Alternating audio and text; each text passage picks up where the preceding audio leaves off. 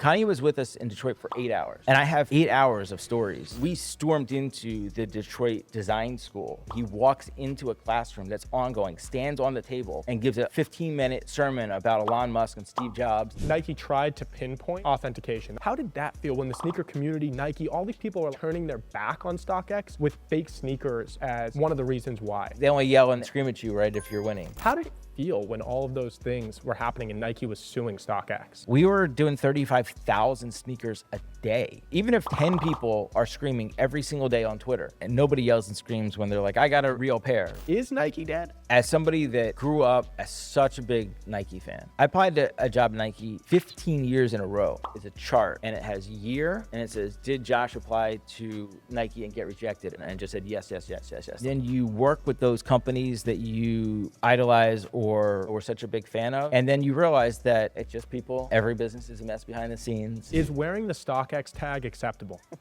I have to say yes. What are some of your proudest moments or achievements from your time at StockX? StockX was a rocket ship. It was 0 to billion in 3 years. I don't know how many people that became millionaires out of StockX. It's a lot. That's the real win in all of it. How do you personally feel about sneaker resellers? It's like asking me how I feel about air. What's the 10-year plan for Ghostwrite going forward? We tried to buy Bearbrick. Metacom really wasn't very interested in talking to me about it. We had to create our own. Did StockX ruin the sneaker culture or make it better? No, StockX made it better.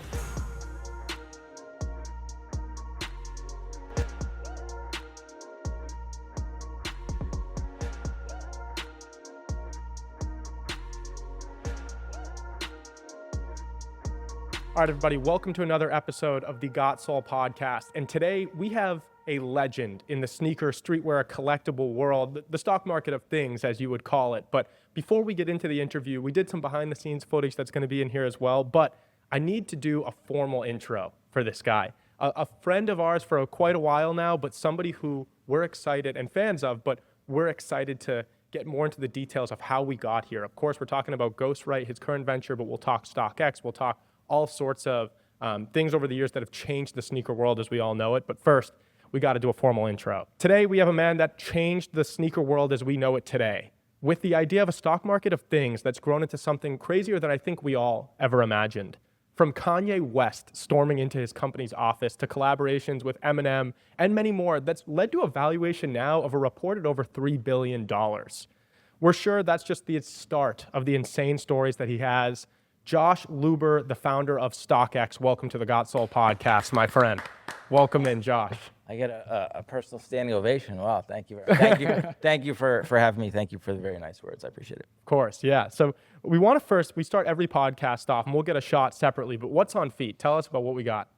Well, you called me at a walking around New York weekend, right? Right. So, and also as I've been spending a lot more time on the road. I was at the National in Chicago for the last couple days, which is just a ton of walking, which is my way of saying of why we're wearing New Balance, you know, the Action Bronson 990s. I feel like of the couple colorways, this white version hits pretty well.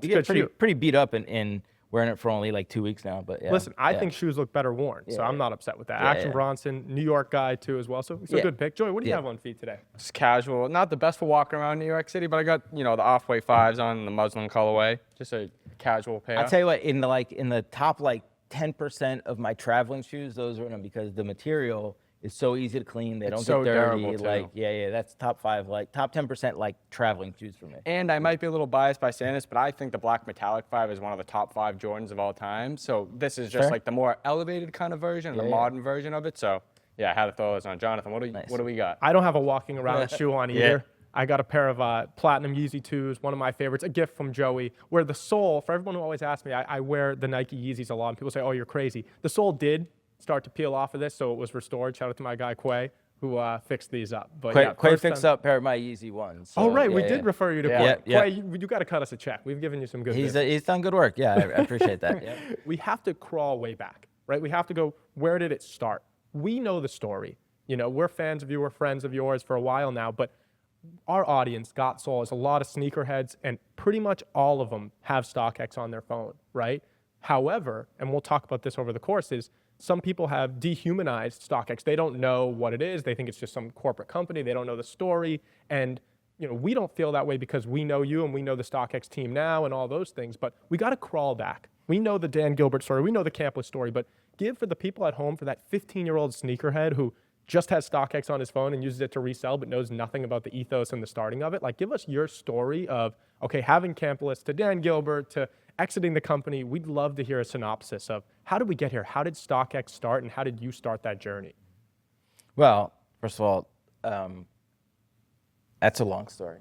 There's a lot to it. We'll do the highlights of it. Give us the 90-second I'll version tell you, of it. let's do the story that I've probably never told, at least never told on a podcast. I think we've written it a couple of places, but we're at 21 Mercer, and in February of 2012, I worked for IBM, and I was a business consultant, strategy consultant at IBM, and I lived it at 23rd and 6th here in New York City. And as everybody that was paying attention to sneakers that week, we were all trying to figure out when the Galaxy Foams were going to drop. And I'm on a conference call for IBM. What a shoe. And we're watching Twitter, and I have TweetDeck open and everything to try to. We're all waiting for the tweet because it was an online release and then it had been canceled. And then they said they were going to give out tickets to 21 Mercer. And we see the tweet go live. It says, raffle now open, at 21 Mercer. I'm on a call, and I just said, got to go by, hang up, get in a cab, and I was waiting to go, right? But I was at 23rd and 6th, and still took me, 7-8 minutes to get down here. And by the time I get down, the car couldn't turn on Mercer, and so I get off the corner of Grand, and it's just thousands of people in the street, all you can't down even Mercer find Street. the line. And I finally snaked my way into the line. The line was going down towards Canal. Yeah. And I knew as soon as I got out of the cab, I was like, "There's no way I'm getting a pair." Like it was, everyone who was smart was standing right around the corner waiting for the tweet the whole time. And, right. And and I was there by myself. I didn't have any friends that I was doing that with. It was just trying. And so I finally found my way down the end of the line. Where I was standing at the time is kind of where BBC is right now. Right. Okay.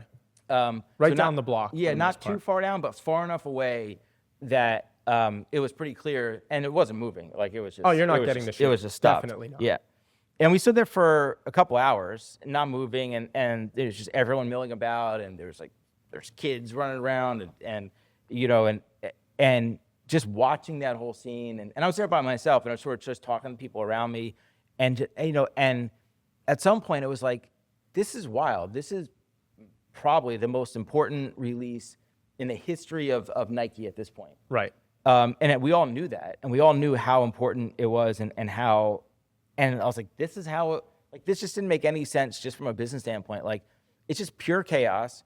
There was so much energy in this space. There was but there was no organization, there was no structure, there was no, and I sat there and was like, there's got to be a business in sneakers. And I was working a day job at IBM. I was always looking for side projects. I was always and I was running a side project at the time around music. And were you a lifelong sneakerhead at this point? Or? Yeah, I've collected sneakers like everybody. I have the same story as everyone, right? Okay. I grew up playing watching basketball Michael when Jordan Jordan. played. Right. Yeah, okay. I'm 47, right? So, when I was, right in the era, right? I was playing basketball all through middle school and high school when Jordan was in his prime. And, I never had Jordans. My mom would never buy us. We have the same story as everybody, You right? got the money and you were able to buy them. First pair of Jordans I ever got was after I got my first job. I graduated college in 99, and then I bought the 2000 Concord Concords. 11s. Yeah, was the first pair of Jordans that I ever owned. I bought with my own money. And but I sat there that day and was like, there's got to be a business here somehow. And that sent me down a long path. That was 2012. We didn't launch StockX until February of 26. I didn't meet Dan Gilbert until the year before. But that started me down the path of eventually creating Campless, which was the sneaker blog, which was a price guide for sneakers. And I was just trying to do something in sneakers because it was so clear that there was so much energy and demand, and that something was going to happen. That it was we were at a very early time in social media and technology. In 2012. The iPhone had only been out for 4 or 5 years, right? Facebook had just bought Instagram the last quarter. Right? Oh, yeah. So everybody was just starting to figure out how to use Instagram and sneakerheads. All they ever want to do is just see what sneakers they have and show off their other sneakers. So like it was just very clear. I mean, you remember the Galaxy release was the first time Nike really using Twitter to drop. I bought the Kobe 7 Galaxy on Twitter. Yeah, because it wasn't that weekend that those came out. That was those. It was the Galaxy KD4s, the Kobe's, the Big Bang LeBron 9s. And then if you count all the And P's, there were like there was a 12, 14 different Galaxy shoes. Right, yeah. There was a bunch of different ones. So that weekend, because that's February of 2014? February 2012. Or 2012, okay, yeah, right in that time era. That, like you said, changed the sneaker world. Totally. For sure. Totally. Okay, so just to crawl back a little bit, you had Campless. You start, after this Galaxy Foam moment, you start Campless, which was, for people who don't know, that 15-year-old kid, what was Campless? Campless was a price guide for sneakers, and we then turned it into a blog. Right. It's kind of like Freakonomics for sneakers, where we were writing sort of analytic pieces around sneakers. Now, also, this is like the golden era of analytics. So Moneyball had just come out. 538, which was Nate Silver's analytics website bought by ESPN, was a big deal. Yep. Kirk Goldsberry had just sort of introduced like shot chart analytics at Sloan. So like all like data analytics being woven into business and culture and sport was all happening right at that same time as well. So we were just the first people doing real analytics around sneakers. It wasn't. And nobody was selling. So Campless, nobody No. was selling. You were just getting analytics from, at that time, what would probably be eBay, right? You were going on eBay. Yeah. We were scraping eBay for sales. Right. And just to see what a shoe was worth. That was it at that point. Okay. Yeah. And then just even with the most basic analytics, we could start to identify when fake shoes were being sold, because you could just tell from pricing and outliers in the data. And then also to compare it to, the only other place to really buy sneakers was Flight Club at the time. But if you knew that Flight Club was extremely overpriced, or what you could get it for on eBay, or if you knew people. Right. But there's a big disconnect. It's not like you could just walk into a store. You didn't have, buying shoes on eBay was difficult. So, a lot of it was we were just early to figuring that out. But I had this idea of, because we had this data, because we had this sort of like this foothold into sneakers analytics, that we could build what would eventually become StockX, but at the time we were thinking of as like a stock market for sneakers.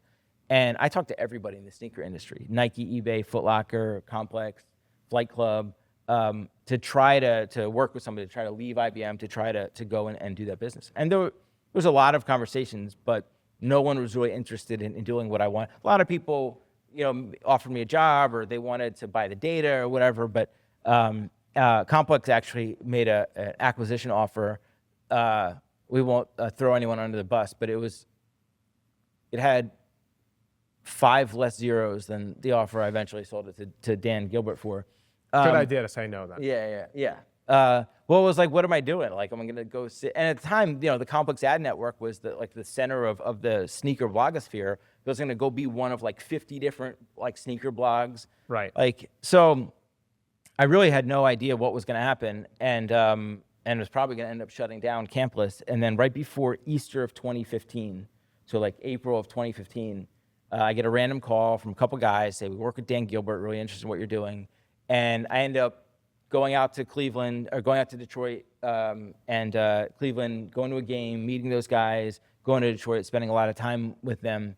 And it turns out that Dan Gilbert put together a team. There were 4 guys led by Greg Schwartz, who's now the CEO of StockX.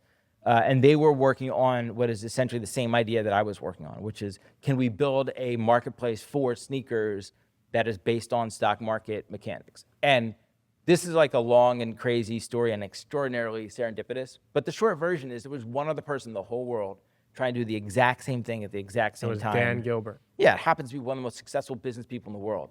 So it was just, very fortuitous for me. And then I ended up selling Campless to Dan, and then moving to Detroit. And then we took Campless as the data layer and turned it into StockX as you know it today. I was the 5th employee. I came in as the CEO, and Greg was the COO, and the two of us were essentially co-founders running that business. Dan sat right next to us. Our desks were like posted up right outside of his office, and he would come out, and he was very heavily involved, but obviously running the Cavs and Quicken and the whole city of Detroit. So for people who don't know, Dan Gilbert, owner of the Cleveland Cavaliers, right? Owner of Cleveland Cavaliers, but Rocket Mortgage which was at the time Quicken Loans Mortgage. That's sort of the flagship business. Right.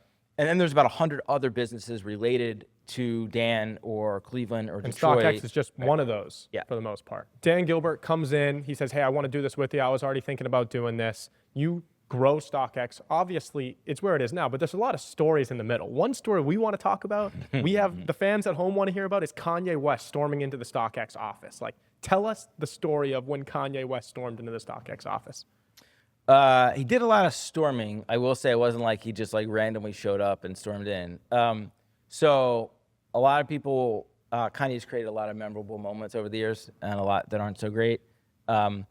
So we all remember when he was on SNL wearing the MAGA hat, and that was Saturday night. And then the next day, he's on TMZ wearing the MAGA hat. And both of those were pretty, at the time,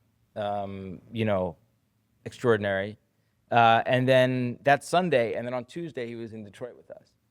And this was planned. He had reached out to Dan.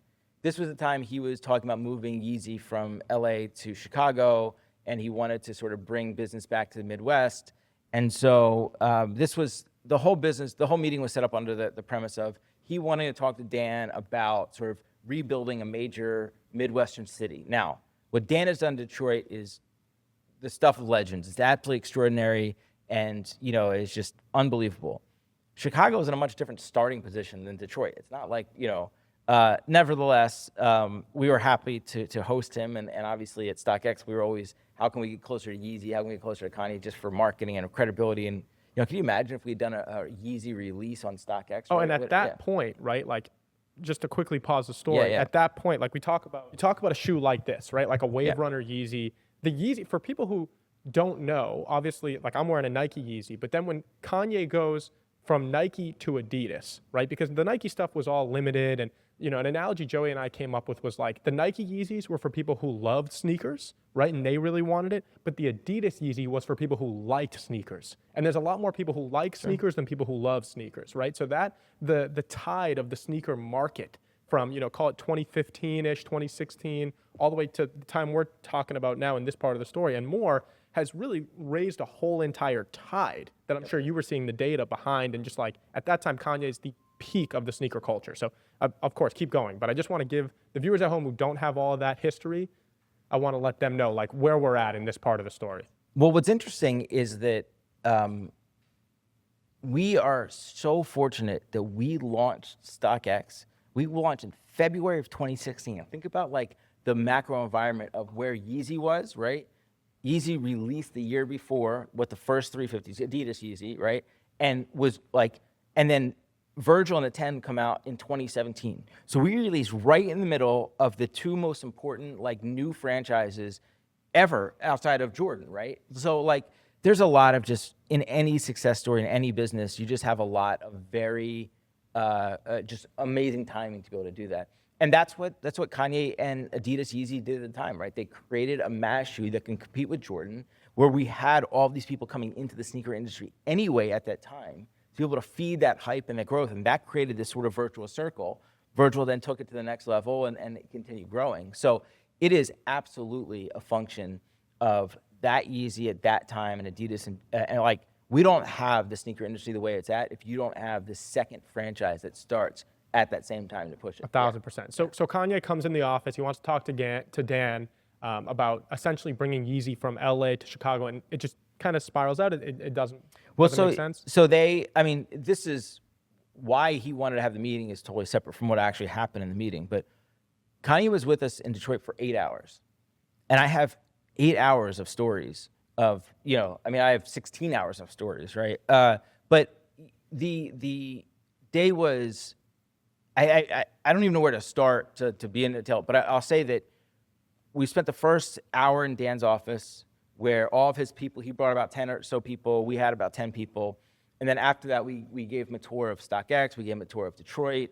There's a famous video on the internet where we stormed into the Detroit Design School. He says, I want to meet the best designers in Detroit. And so one of the guys in Detroit calls up the design school and says, hey, Kanye would like to come by. So we show up at this school. He walks into a classroom that's ongoing, stands on the table, and gives it like a 15-minute like sermon about Elon Musk and Steve Jobs like these kids are all like blown away. Can you imagine if you're a 19-year-old kid in your college class and Kanye walks in and stands on the table and talks? Like, you can Google that and find there's like a 2-minute clip of that somewhere on the internet that's out there, and the whole day was like that. The whole day was that, and the best part about the whole thing was all of us, Dan and me and all the people that were with us, every minute we were like this, like, oh my God.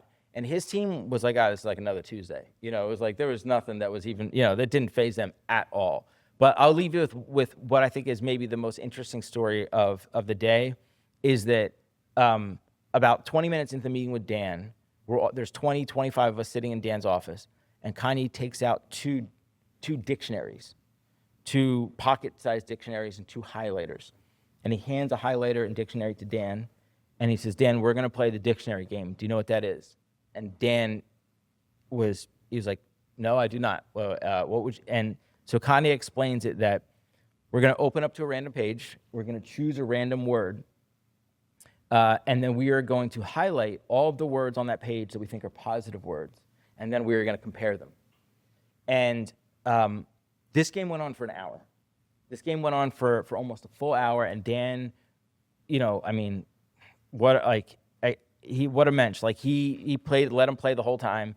But this was Kanye's way of I don't know, engaging in intellectualism to have this discussion about the power of language, and there's some broader context to it, but ultimately it was just a complete like just wild farce in the whole thing. And by the way, you can Google that. There's an episode of Keeping Up with the Kardashians where he also plays the dictionary game for a couple of days. Did Kanye ever have an interest in buying or partnering with StockX in any way? No, I mean, look, that's what we want. We wanted to turn that relationship, that day, that meeting, into a relationship where hopefully we could do a release one day, or we could, have something. And, you couldn't even have a cogent conversation about that with him. We tried a couple times, and, there was at one point where he was in the office and sort of in like, we were standing on the basketball court and all this, and he goes, I should be a part of this. And we're like, yes, you should be part of this. Let's talk about that. And then it's like off to the next thing. And so, yeah, it was, I had 8 hours to try to get something done, and we got nothing done. So. That's insane. Like, speaking of celebrities, obviously you have a track past with StockX of working on collaborations and just the amount of people that you've worked with throughout the years with StockX. Is there someone that stands out, other than obviously Kanye coming to the office, that you've worked with that was, your pride and joy, the coolest kind of celebrity to work with at the current time in StockX? Yeah, I mean, that's a good question because, as you know, a lot of the people who are our celebrities in the sneaker space are a lot more accessible than maybe some other, just the fact that, we're sitting at Staple and that Jeff's allowed us to do this. But in terms of real, celebrities at the highest level of culture, the fact that Eminem was as involved as early, Paul Rosenberg, his manager, he and I have become really good friends, and they're involved in Ghostwrite. Obviously, Eminem is the famous fan in the NBA Ghostwrite set, but that was a relationship that was very organic around Detroit. Those guys, we were talking to them before we had a logo. We were talking to them before there was any business. I mean, this was like, we were basically still campless and still trying to, and because we were working with Dan and so close to everything Detroit related, it was something that was important to them, and having startups that were important to Detroit. It turned out that the sneaker was a good way for us to work together, and obviously Eminem has a long history of creating really amazing sneakers with Nike and Jordan. But I think that relationship, because it was very organic around it, has then led to a longer-term relationship with those guys and everything else. Yeah, and just for the viewers, for everyone that doesn't know what we're talking about the Carhartt Eminem Jordan 4. You guys partnered with Eminem.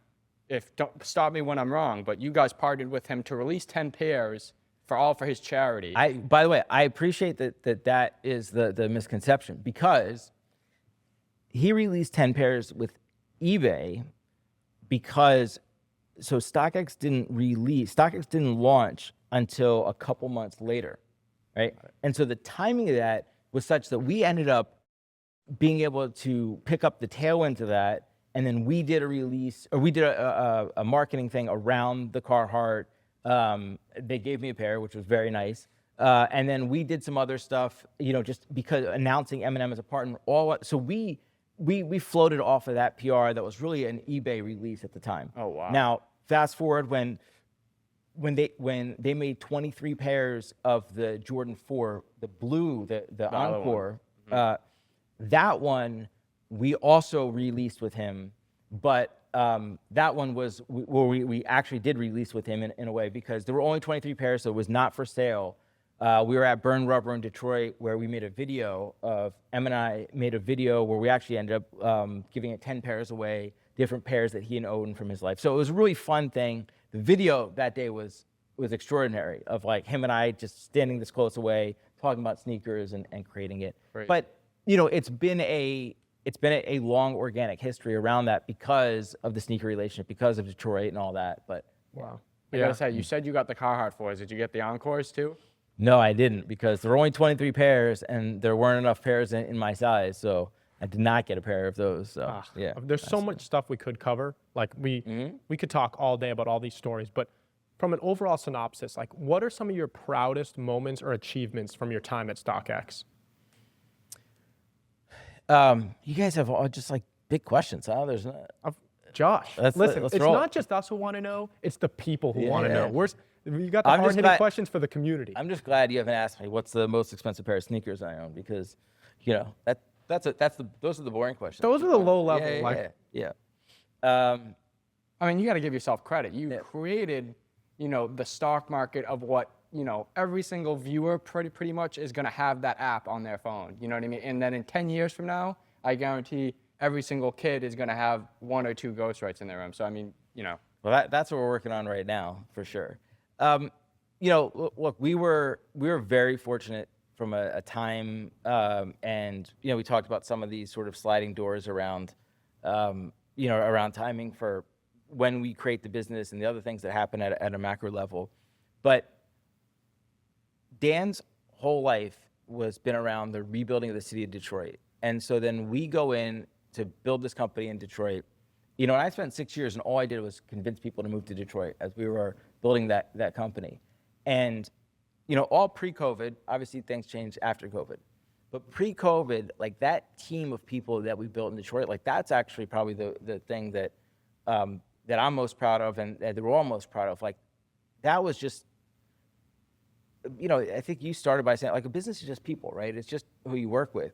And now, today at Ghostwrite, there's 14 people on the team, but almost all of them work with me at either StockX or Fanatics Collectibles, to be able to build that relationship with those people that you can continue working with and continue creating companies with, et cetera. I mean, that's the real, win in all of this. I don't know how many people that became millionaires out of StockX. It's a lot. That's pretty fun to think about as well, particularly for some of these people who would never have been in that situation, but happen to be early employees at those companies. Like that's pretty cool.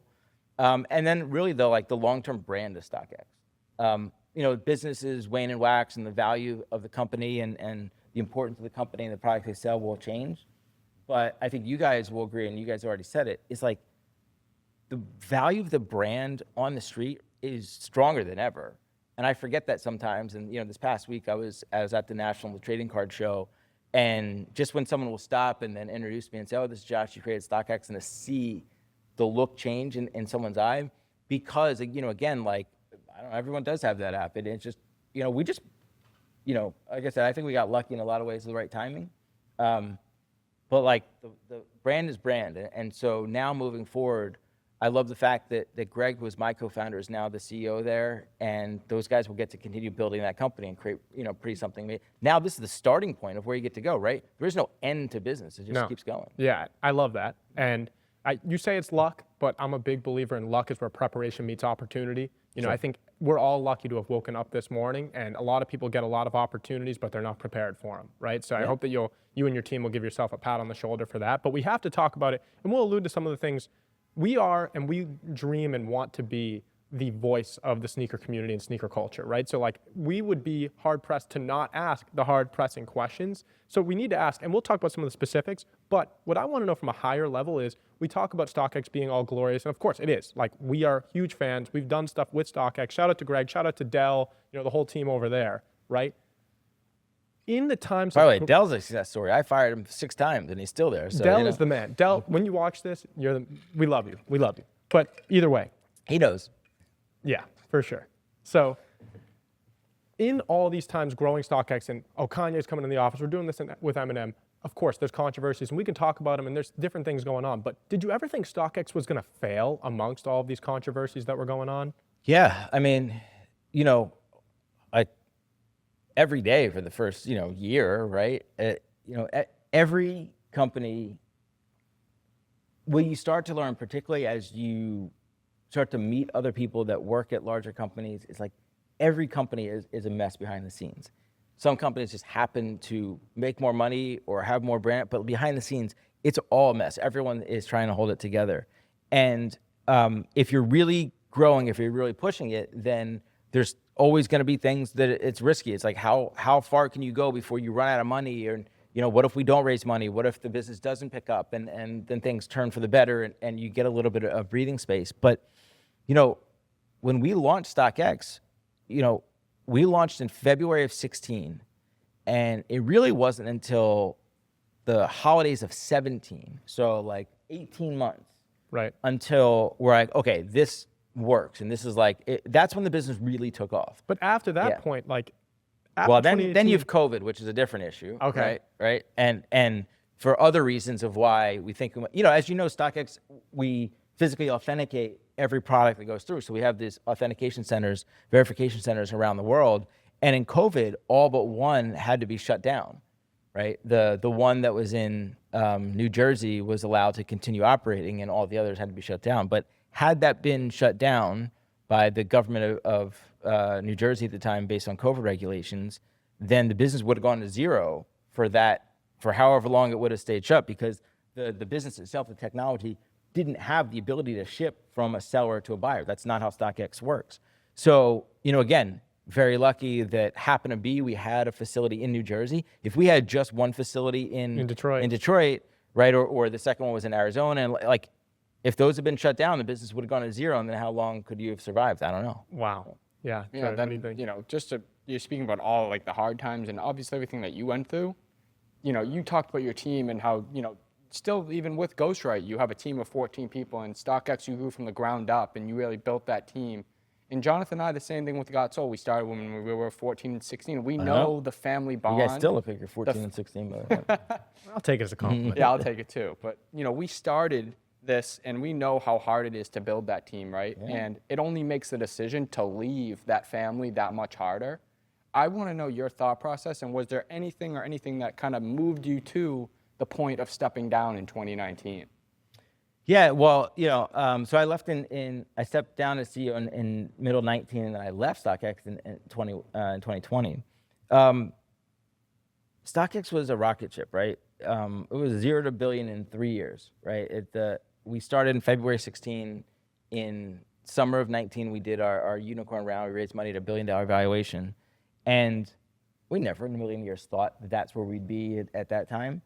But you get to that point, and the business is growing so fast, and there's so much going on that you very quickly start thinking about, okay, how do we get our hands around this, build the systems and the people and the processes in order to make sure that we can continue growing. And it was very clear at that time, pre-COVID, that we were going to be at least consider thinking about an IPO and going public. And so it was very clear that I am not the person to run a multi-billion-dollar public company. I am a startup guy. I'm like a day zero guy. And we happen to have an investor who was in the company from the very beginning who is sort of this perfect candidate to be able to do that. So Greg and I actually went to Dan and suggested, we said, we think that we should ask Scott to become the CEO, and that it was my decision to volunteer and step down. And that was a much easier decision than actually leaving the company. That was an easy one because it was made most sense of the business.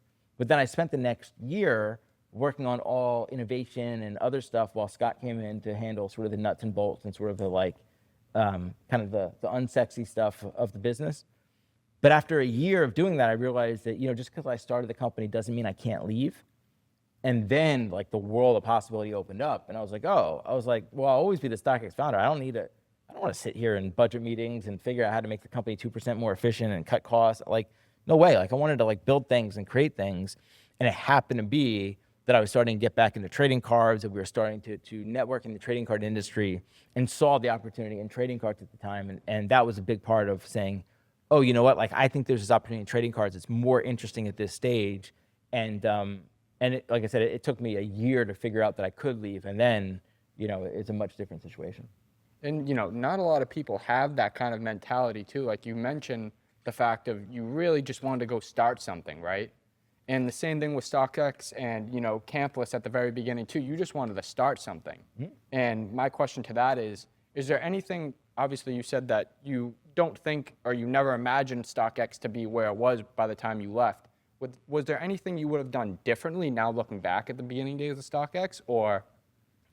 Yeah, I mean, that also is a pretty huge question.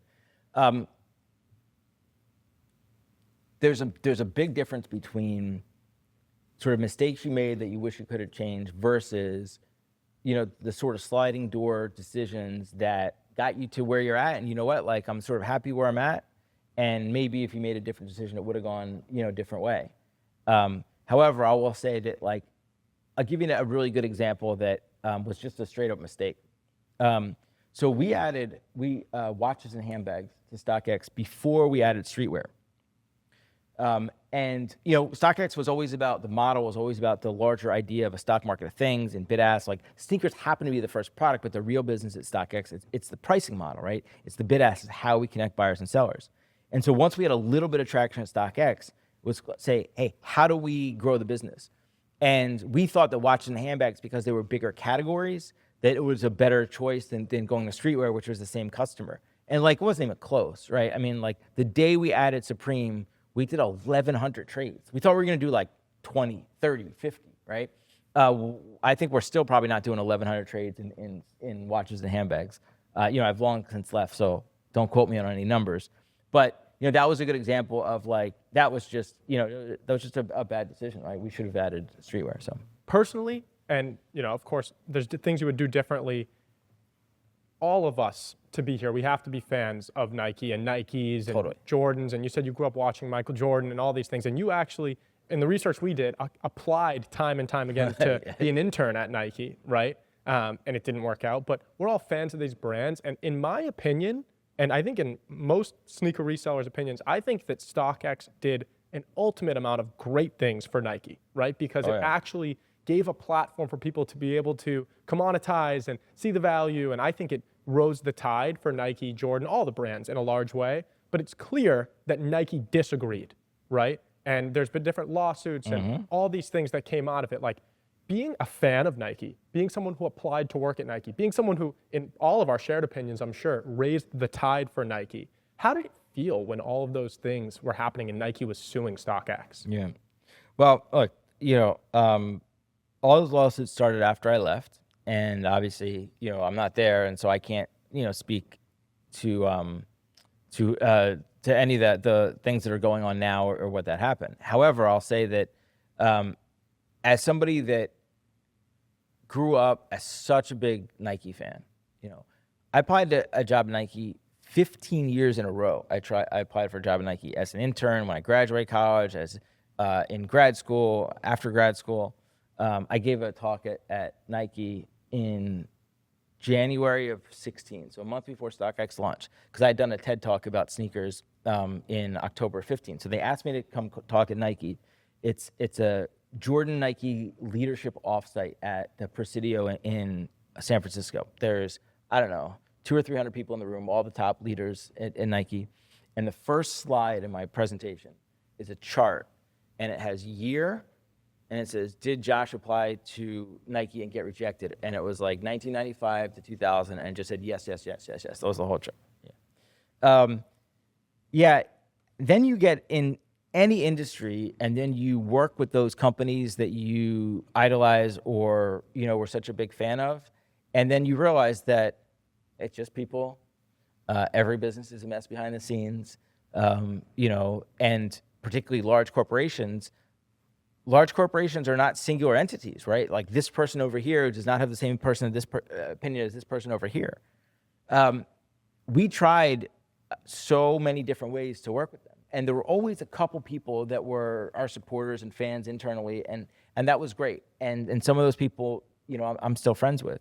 And it was more frustrating than anything that there wasn't someone in a senior enough position that really understood that should be a symbiotic relationship. By the way, the title of that presentation in January of 26, before they knew StockX, before we'd even launched StockX, the title of the presentation was essentially Nike should work with the resale market.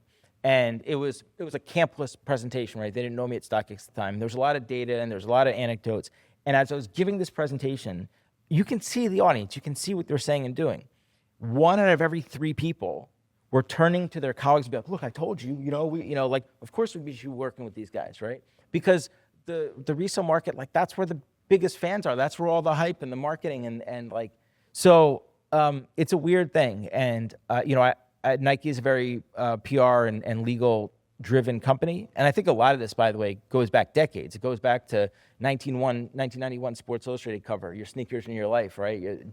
Jordan 5s and a gun on the cover of Sports Illustrated.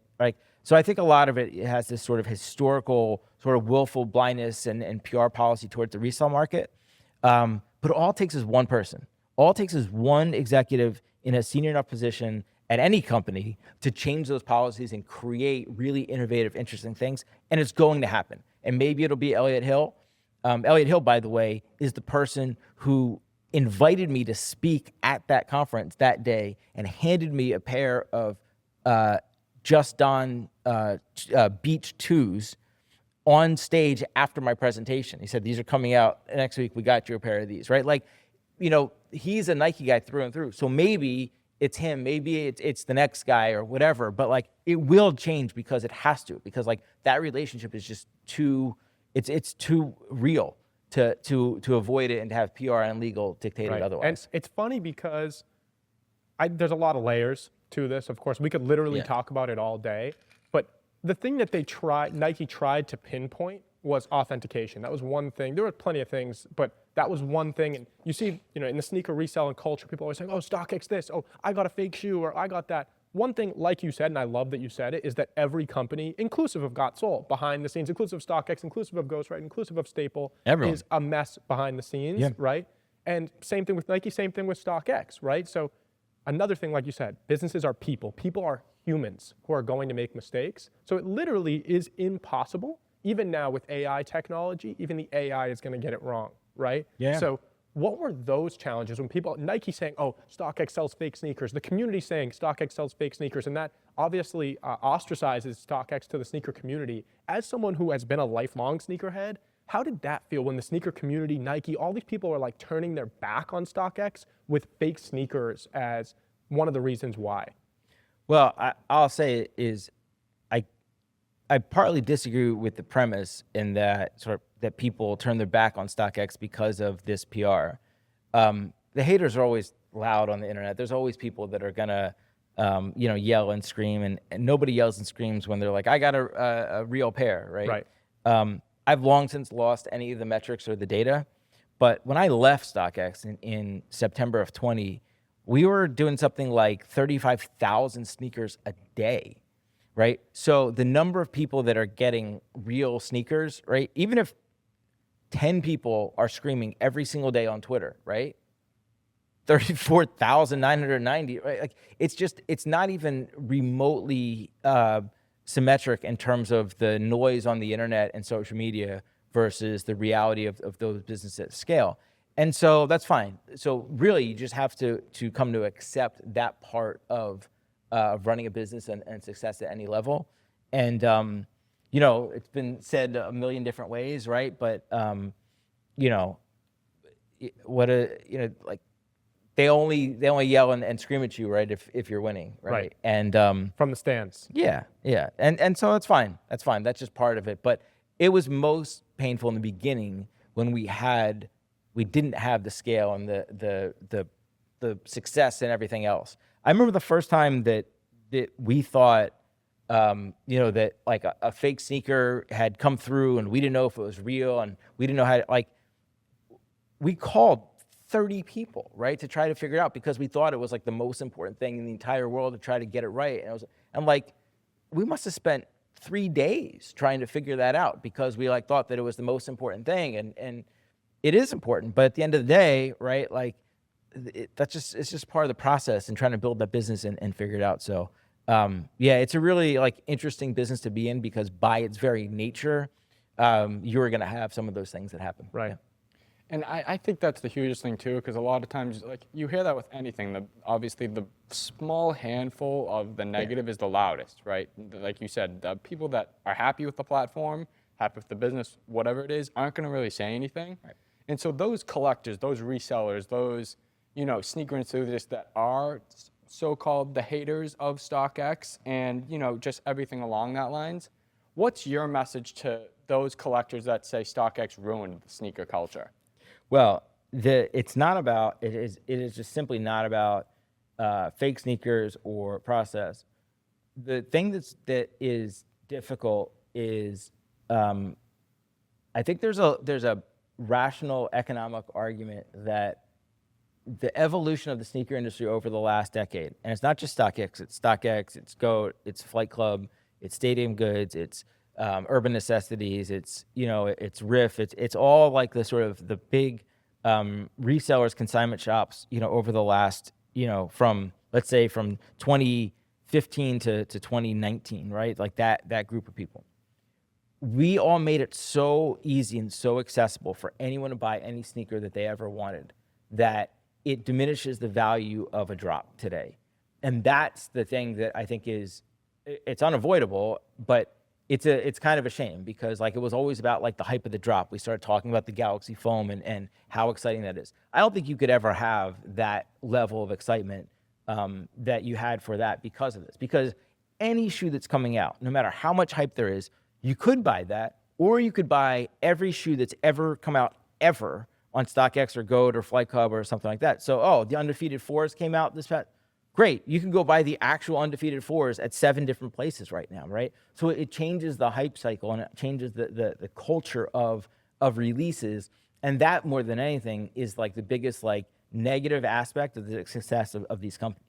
So going to the success of these companies and the companies you mentioned, right? Like the thing that they're all built off the back of, you mentioned StockX, GOAT, Riff, all these companies, is reselling and resellers. Mm-hmm. And when you had Campless, like you said, there was no selling. And that's something I wanted to know because it was really just an interest in sneakers and data and all these things. And then, of course, the selling part comes in. And it really starts as someone who's, we started Gotsall in 2013, and I was selling before that point. It was something where you were kind of just using it as a tool. It wasn't like a reseller like a catalyst, but now it is. And what StockX inevitably shifted in the market is it's made it from, and one of the criticisms that Joey was saying is it made it from lovers of the sneaker world to resellers, right?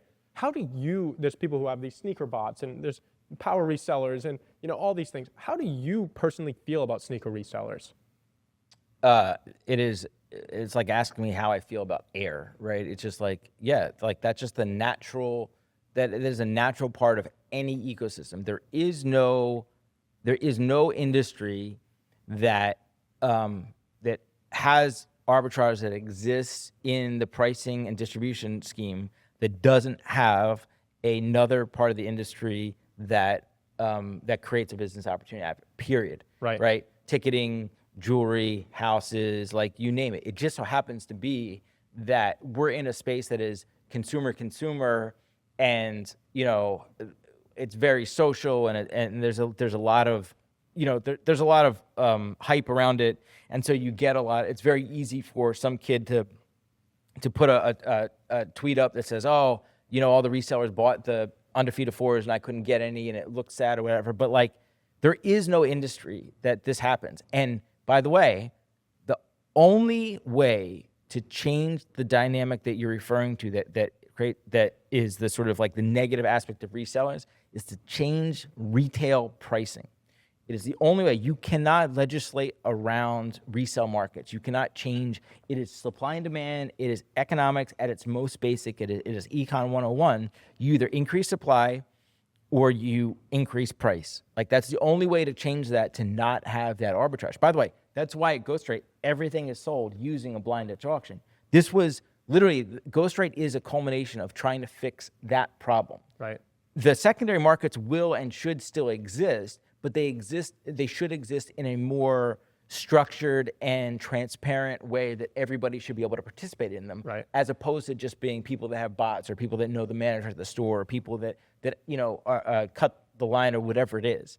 And we did a couple of those at StockX. We did 6 blind Dutch auctions. That was the premise of creating Fanatics Collectibles, the trading card business. But everything that we sell at Ghostwrite is sold as a blind Dutch auction. So it's literally, you cannot bot it. You cannot like cut the line and get it. You can only pay a fair market value.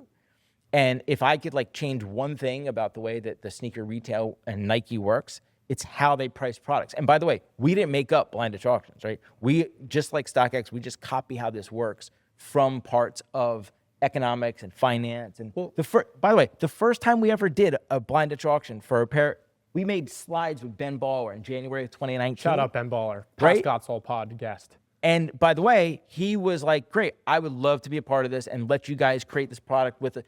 Ben Baller did the chain on the slides. We sold them. Harvard Business School reached out to us after that release and said, this is an ingenious way to price scarce assets. And they did a case study that's in Harvard Business Review that's taught at business schools, saying that this is the right way to price scarce assets. Wow. I send that to everybody at Nike and Adidas and the whole industry. So like, you're absolutely right that like we have this like fervor around the resale ecosystem, but like it is anyone that thinks that it can go away is delusional. It can't. It's just a natural part of the system. But going to that point, right? Like you talk about Nike and you talk about the supply demand curve, and these are all great. And the auctioning, I think there's a lot of great ideas. But I guess, stab that Nike took at it is they increased supply. A lot of people just say, hey, they did it just to make more money, which, people feel however they feel, right? But Nike increased supply, right? Yep. And the demand went down. It's just natural supply demand curve, yep, like you said, right? Now, a result of that is people saying Nike's dead. The sneaker resale world, the collecting world is dead. Is Nike dead? Well, you tell me, do you want Nike to put out a pair of shoes that everyone can get? Or do you want to put out a pair of shoes that's super limited that only you can get?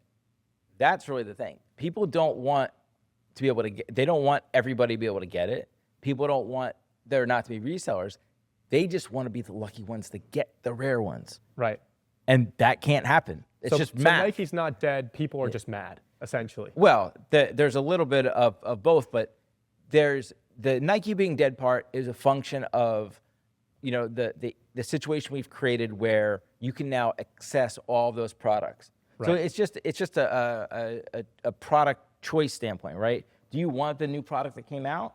Well, maybe, but if you're going to spend $200, then maybe you just want to buy a different shoe that you can buy because there's 50,000 different shoes on StockX. So that's a part of it. And then how Nike decides to release that next product is a function of what you're getting at. Right. And then just on the topic of Nike, obviously, talk about Nike's relevancy and, just the sneaker market in general. But now you see this resurgence, resurgence of some brands like the Asics and the New Balance of the world. Yep. Then you see like the On Clouds. You see these independent brands really getting big. And my kind of question to you is, where do you see the sneaker market going? Because you already start to see the baby footsteps of everywhere in the new Asics and the New Balances, but where do you see the sneaker market going?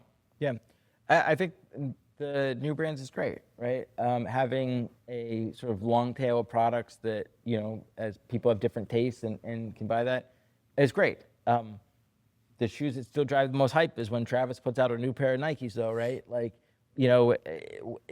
that level of hype that happens in the market is still centered around that core, call it that core Jordan customer, even if Jordans don't hit the same way they used to, and even if at some point you can't buy another Jordan 4, right? So, the future of sneakers will be interesting because, the core of this is going to be, is there another franchise that can come behind? Yeezy had its moment. Obviously, all the stuff that Kanye has done has created a situation. that where obviously Yeezys don't exist anymore, aren't manufactured anymore. They still make Jordans, but for how long can that last? And so, and Nike's in need of a new franchise, right, to be able to continue it, or like, where you just end up in this distributed ecosystem, like the Zellerfelds and the Skylarks of the world that then can continue to come in and create those products. That's one of the fan questions. We have a few rapid fire fan questions we're going to get into, and then we'll end out. So is Travis Scott the next Michael Jordan, and will there ever be another Michael Jordan? Yeah. No, Travis is no, he's not. He's Travis Scott has existed on this like wave over all the franchises, and he's done that for too long to then change and be the foundation underneath it. You need somebody else that comes up and you know, we're never going to see another Virgil, we're never see another Kanye. We say that, but then the next person comes up. So yeah, I don't know who it is, but it's not Travis. So there will be another Michael Jordan.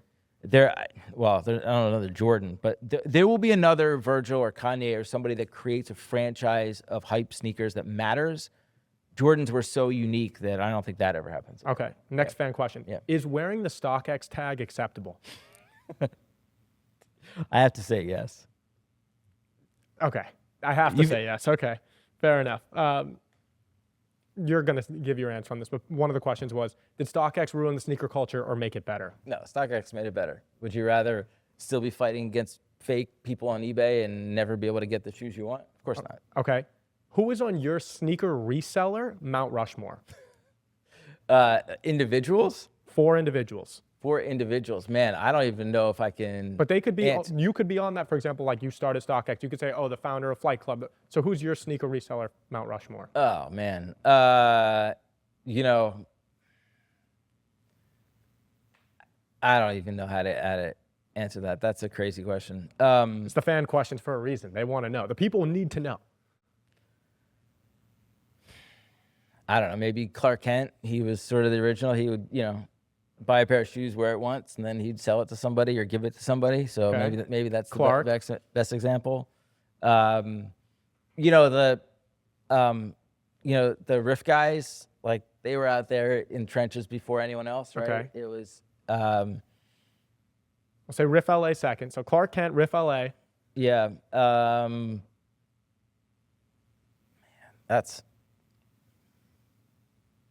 that's hard. How about that kid that got his mom fired at Nike?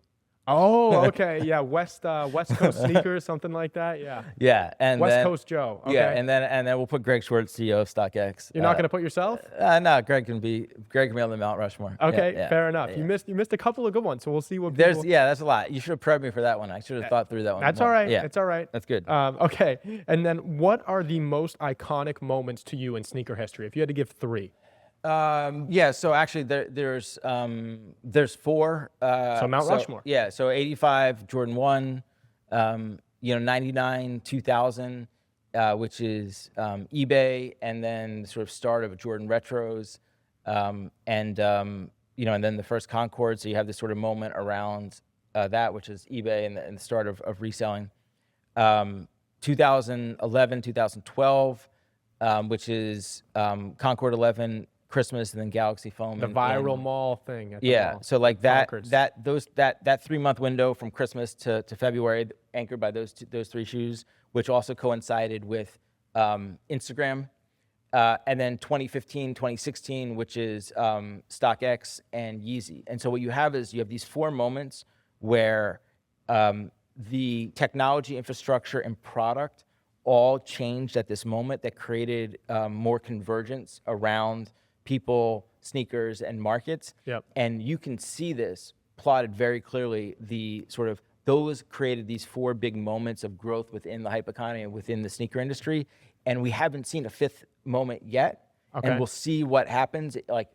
But it will be the same thing: a new technology, a new social media, a new product, a new infrastructure that happens, and then there'll be products that happen at the same time, which will be amplified by it.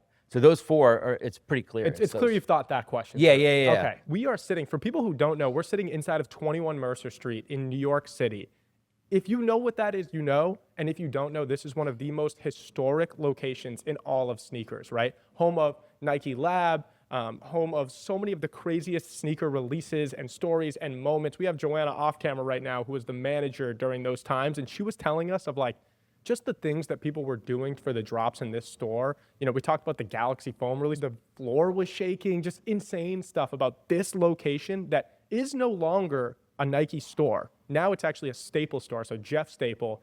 And there might be some more stuff with Jeff Staple coming. We can't tell you too much, but shout out to Jeff. But we're sitting inside of the Staple store, but inside of that is the Ghostwrite Museum, right? So your venture now, Ghostwrite, we're gonna talk all about it during the interview, but what does it feel like to have a museum, a 3-month-long museum inside of what is arguably the most prominent address in the sneaker world?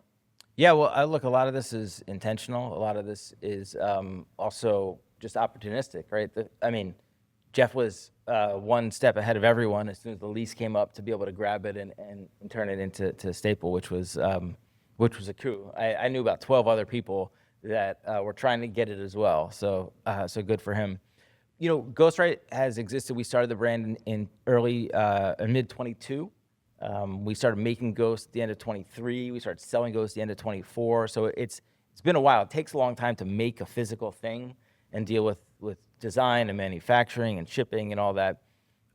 So we have years of samples and cool designs and just, you know, we've only released 10, 11 ghosts, but there's so many that we want to be able to show. So, and then it was like, well, we'd love to be in New York City. And so it was very opportunistic. Jeff and I happened to see each other at a TV show taping, a TV show pilot that we were both asked to be a part of, which is a comical story. I'll let him tell that story sometime. And so we saw each other, I don't know, 6-9 months ago, and he told me that he was setting this up, and that's where he came up with the idea to bring all the ghosts in real life. So it was great. And, you know, we'll talk about the Galaxy Foam, but like for me, this is very much a full circle moment. Oh, yeah, I can imagine. All right, we're inside of the Ghostwrite Museum here at 21 Mercer Street. Josh, you got to walk us through some of these specific Ghostwrites. Like, I know you look at the wall and it's insane. You're like, you see certain ones, but I'm sure there's more details than the fans even know. So walk us through some of the best ones we got here. Yeah, well, look, the purpose of having the museum up is to bring so many of these that are samples and one-of-ones and uniques. You know, we've released maybe 10 or 11 ghosts so far, 2 different blind boxes, but like a lot of these are samples that we made that exist only at my house. So it was like, how do we get these out and show these to all these people? Cool. And super relevant for like, this is just like me making ghosts for like friends of ours. So one of the ones that we actually released, which is down here, is this whole section is all ghosts that we've actually released. But like this is Rocky's matcha, which, you know, we all know Rocky. And this was an example of like just doing one with like our friend, right? You can see the top of the ghost like has the matcha. So this was an actual release that we did, right? We also did the Reebok pump, which that was obviously a collaboration with Reebok. So you have the basic pump, and then you have the you know, like the A-Life collab, the all tennis ball. That was like the chase. There were only a couple of those. So a lot of these that we released are also, because, you know, we have a very crossover customer between, it's the StockX customer. It's the same thing. It's people that bought Bear Bricks and sneakers and all that. So this is like the group of shoes that we released, ghosts that we released. But the ones we haven't is way more interesting, right? Yeah, right. So my favorite by far, right, is actually come all the way over here. So this is Mike Amiri. This is Mike Amiri wearing outfit that he wore to a fashion show back in, I don't know, 2019, 2020. And he's a friend. I mean, just like check out the detail on his hair. Like he's a. It's really cool. And so there's only 2 of those that exist. I have one. He has one. Maybe someday we'll make one to sell. Maybe not. I don't know. And some of them are like that, where it's like friends of ours, right? So like this is Mischief. It's that's What the Mischief, right? These are, you know, there's big red boot, the yellow boot. Exactly, right? You know, all different pieces from different ones they did. They're Blur IP, which is the chest. You know, they've done a lot of releases of that like Blur product. So we made 6 of those. Gabe has 5. I have 1. Right? Again, that was sort of like not a release, but in partnership with friends of ours. Both of these are also friends. So Mo Amer, who's a pretty well-known comedian, and then Dave Chappelle, who's an even much more well-known comedian. So there's 2 of these that exist. I have 1. They each have 1 of those. Post Malone Crocs. So this was made. There's 4 of those. He has 1. 1 went to Crocs team, and then we have 1, and then the Play Lab guys have 1. So like that was like, obviously those are the first Crocs that he made. I mean, even just like look at all the tattoos on this, right? Yeah, it's crazy. So The detailing. Yeah. By the way, do you know who the guys to the right? These are easy. Post Malone's easy, right? Mike Amiri is easy. You have any idea who that guy is? I don't, actually. Tell me. That is Lewis Hamilton. Oh, wow. So we wanted to make a Lewis Hamilton one, and then we caught this like picture of him wearing this outfit, just like to a race. And so, I mean, you can Google like Lewis Hamilton tea cozy outfit or something. Right. But that was what he was wearing, and so it was like, I don't know, it was just sort of. I would have this perfect never thing. guessed that it was Lewis. Yeah. Yeah, of course. And all of these. We actually put his logo like real small on the side, so like someone. But like even so, no one catches that. Yeah, of course. Yeah. Right. This is one. This is Tiffany. You can see we put a little CZ on the nose, and you have the little Tiffany on the top. There's only 2 of those. One was a gift for Alexander Arnault. We have the other.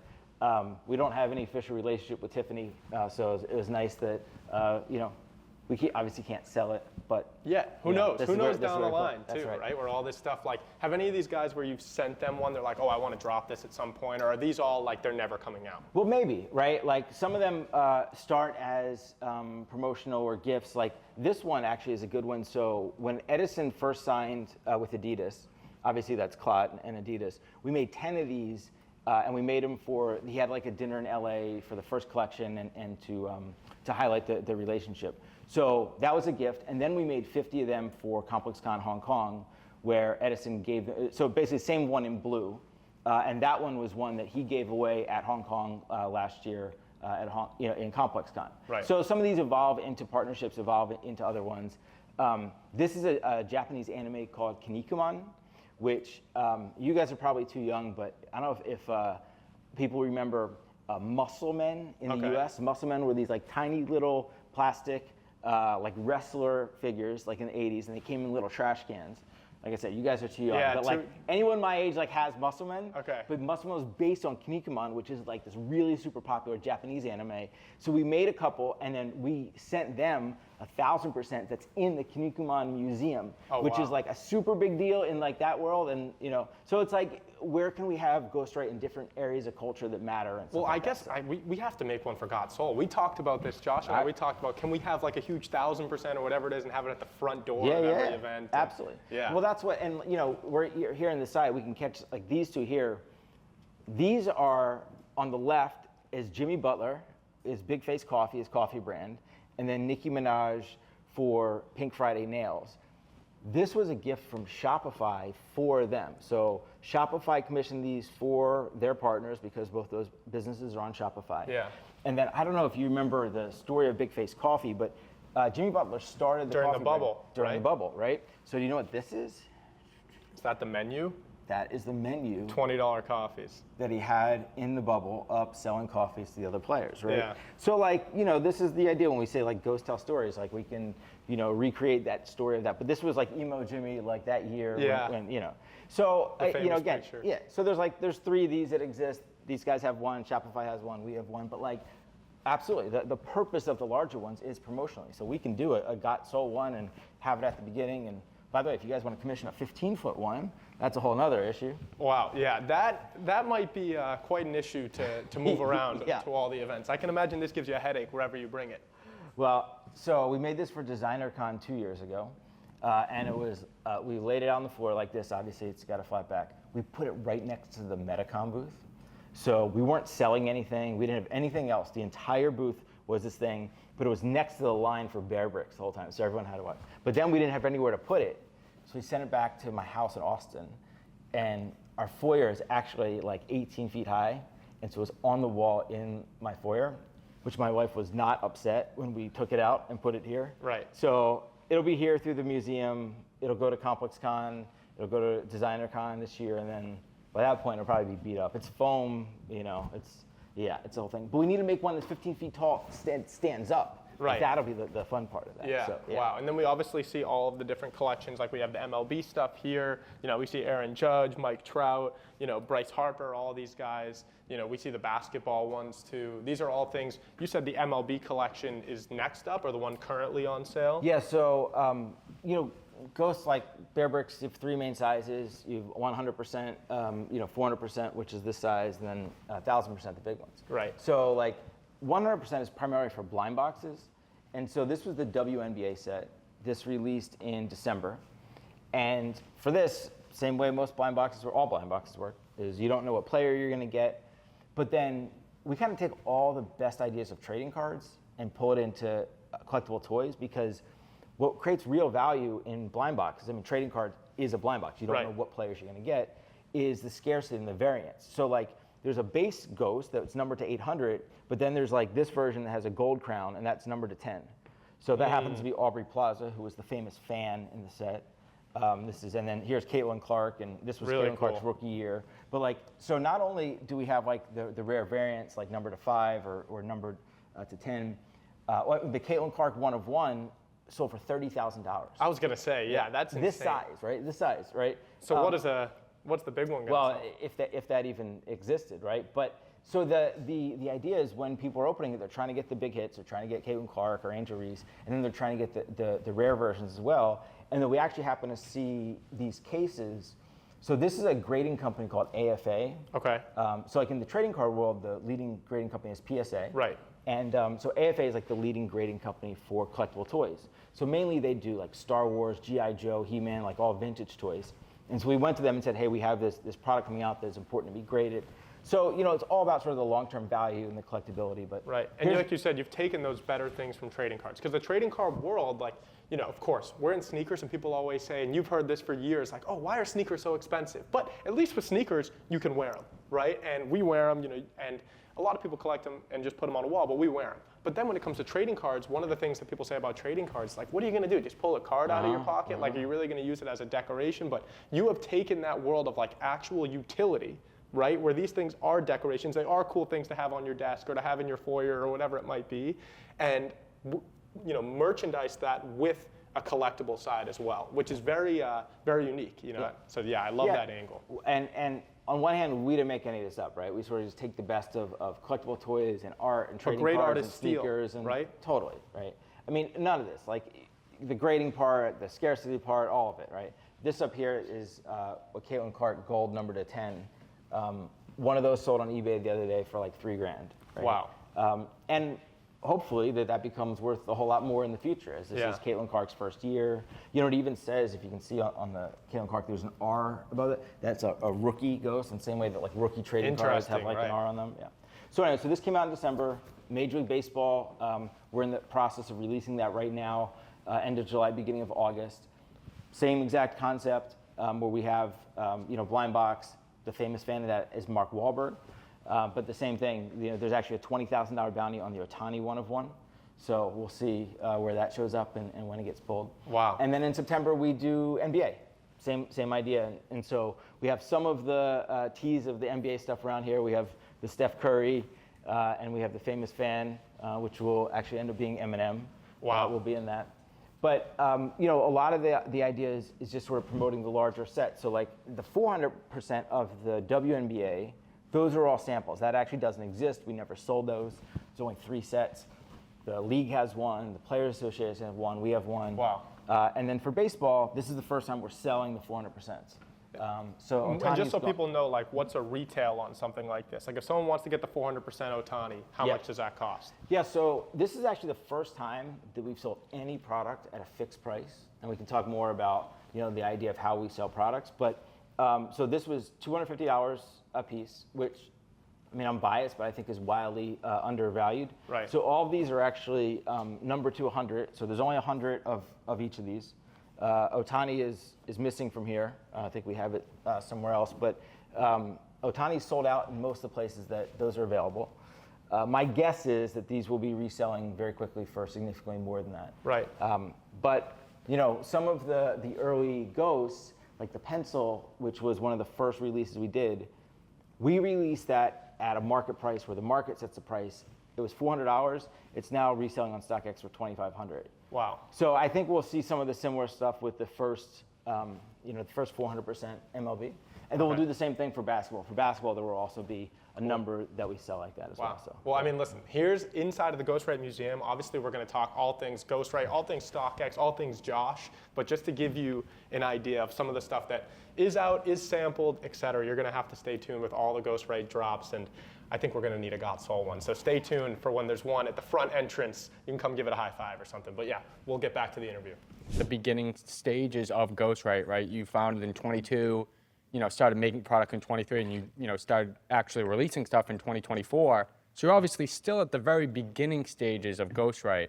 And I want to ask you, what's the vision and what's the 10-year plan for Ghostwrite going forward? Well, look, you guys are very familiar with Bearbrick. Your audience is very familiar with Bearbrick. And, all these products are the same. Sneakers, streetwear, trading cards, collectible toys. They're all products that sit at the intersection of culture and commerce. They're all products that have a true market value. They're products that are supply and demand based, that have collectors and resellability and authentication. They're all the same.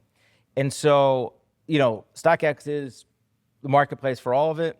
And then after that, I went and created Fanatics Collectibles, which is the trading card business there.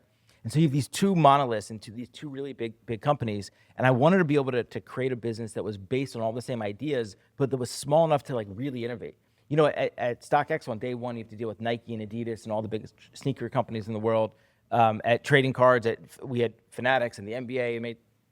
In the collectible toy space, it's Medicom, it's Funko. That's it. There aren't any, and those are really small companies. So we get to take all the best ideas and concepts from sneakers and trading cards and apply it to collectible toys. And the best example of this is when you look at Bearbrick and why Bearbrick has been so successful for so long, right? Medicom's been making Bearbrick since the year 2000. Bearbrick is the only collectible toy that is a blank canvas, that is not IP. Every other character is IP. It's Astro Boy, it's Cause, it's Spider-Man, right? But Bearbrick is just a shape. Bearbrick is a human body with a bear head. And so you could put Cause or Spider-Man on it, or you could wrap it in a flag or a random design. And because of that, Bearbrick is able to work with so many more artists and companies and brands. And so when I left Fanatics Collectibles, we tried to buy Bearbrick. We wanted to do all the things we're doing. We said, great, Bearbrick is the only one that does this. So we tried to buy Bearbrick. Medicom really wasn't very interested in talking to me about it, so we had to create our own. So we created our own blank canvas, and Ghost is the same idea, where Ghost is a kid with a crown, but it's really a blank canvas in the same way a trading card is a blank canvas, right? The physical trading card is the same every single time. The value is about who's on it, its condition, its scarcity, and that's what we've created. We've created a trading card in collectible toy form, and then because of that, we get to work with the NBA and Major League Baseball and the WNBA and Eminem and Budweiser. It's limitless. It's literally limitless of what we can create. So it is very much just the start of it. But it's like everything you can do with collectible toys, with art, with trading cards, with sneakers. We have the ability to do that. Yeah. Wow. And I think another interesting angle for Ghostwrite, I think, is your and your team's relationships. Right. We're in a business where relationships are everything, and like you mentioned, the Medicoms, the Bearbricks, et cetera, sometimes those guys aren't extending their arm to do the collaborations that you're talking about and that we've went through. So I'd love to hear your thought process on the ethos of Ghostwrite and why do the certain collabs that you're doing? Who do you want to collaborate with? Who don't you want to collaborate with? Why make the decisions that you're making and steer the brand in the direction that it's heading? Yeah, look, I think that's it's a really important question because it's infinite, and in the same way that we now see after 25 years of Bearbrick, I don't want to say running out of brands to create, but at some point if there's not intentionality around it, then it's just this sort of morass, and understanding the catalog is important. When we left to create this, the first people we talked to were the people that we created trading cards with. So, most people know about StockX. StockX was a rocket ship. But after StockX, we created Fanatics Collectibles, the trading card business. Fanatics Collectibles was bigger, faster, crazier by every metric. We acquired all the licenses for baseball, basketball, football cards. We created the new business, Fanatics Collectibles, with Michael Rubin and Fanatics.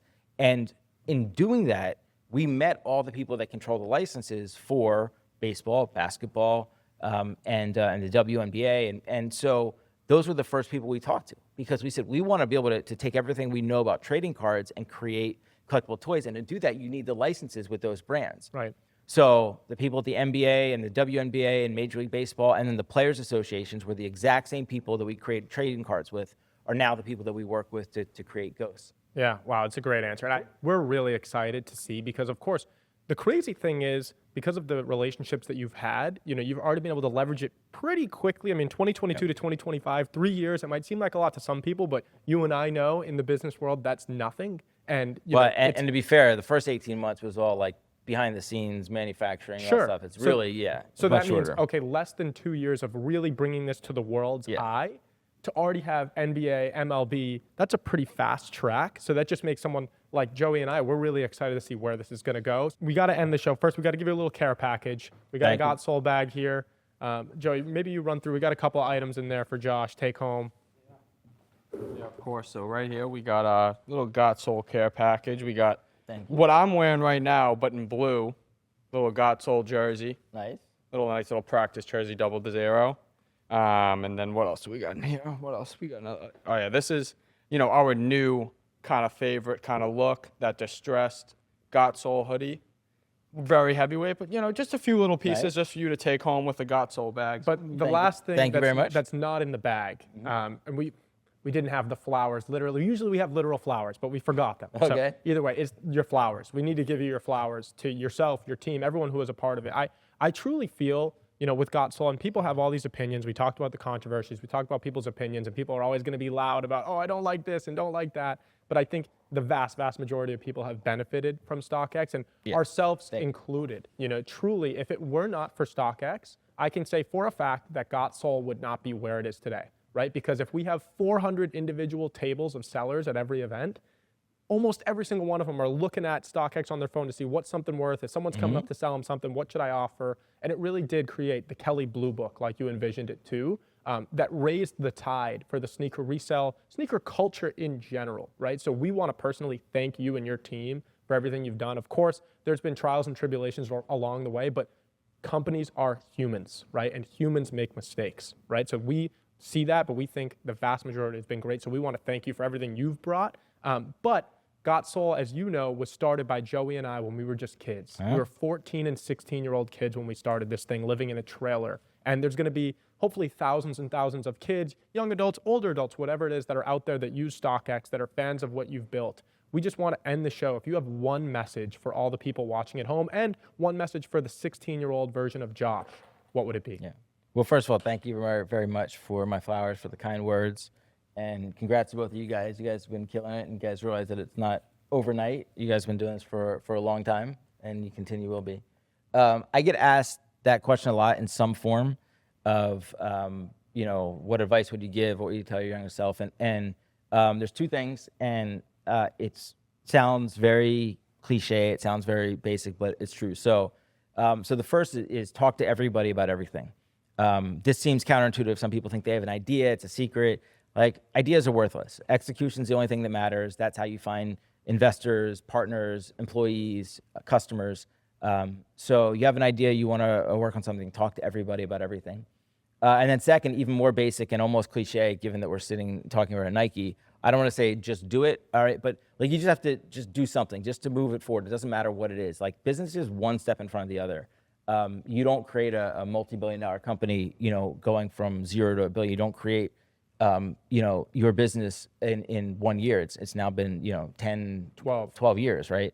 And so whatever it is, you just need to be moving forward in some way, even if it's the most basic incremental steps. I spent 18 months where all I did was clean data in Excel to create Campus, to create the price guide. I had no idea that would ever lead to anything, let alone, what has been. So yeah, I mean, talk to everybody and just do something to start moving forward. So that's it. Wow. Yeah. With that being said, Josh, we are really appreciative. Everybody at home, we hope you loved this one. Comment your favorite part. We'll give $100 to somebody who comments their favorite part. And as always, like, comment, subscribe. Until the next episode. Josh, we got to get you at a Got Soul event soon. That's the next one we're working on, with maybe a huge Ghostwrite in the end. So we'll see you guys on the next one. Thank you.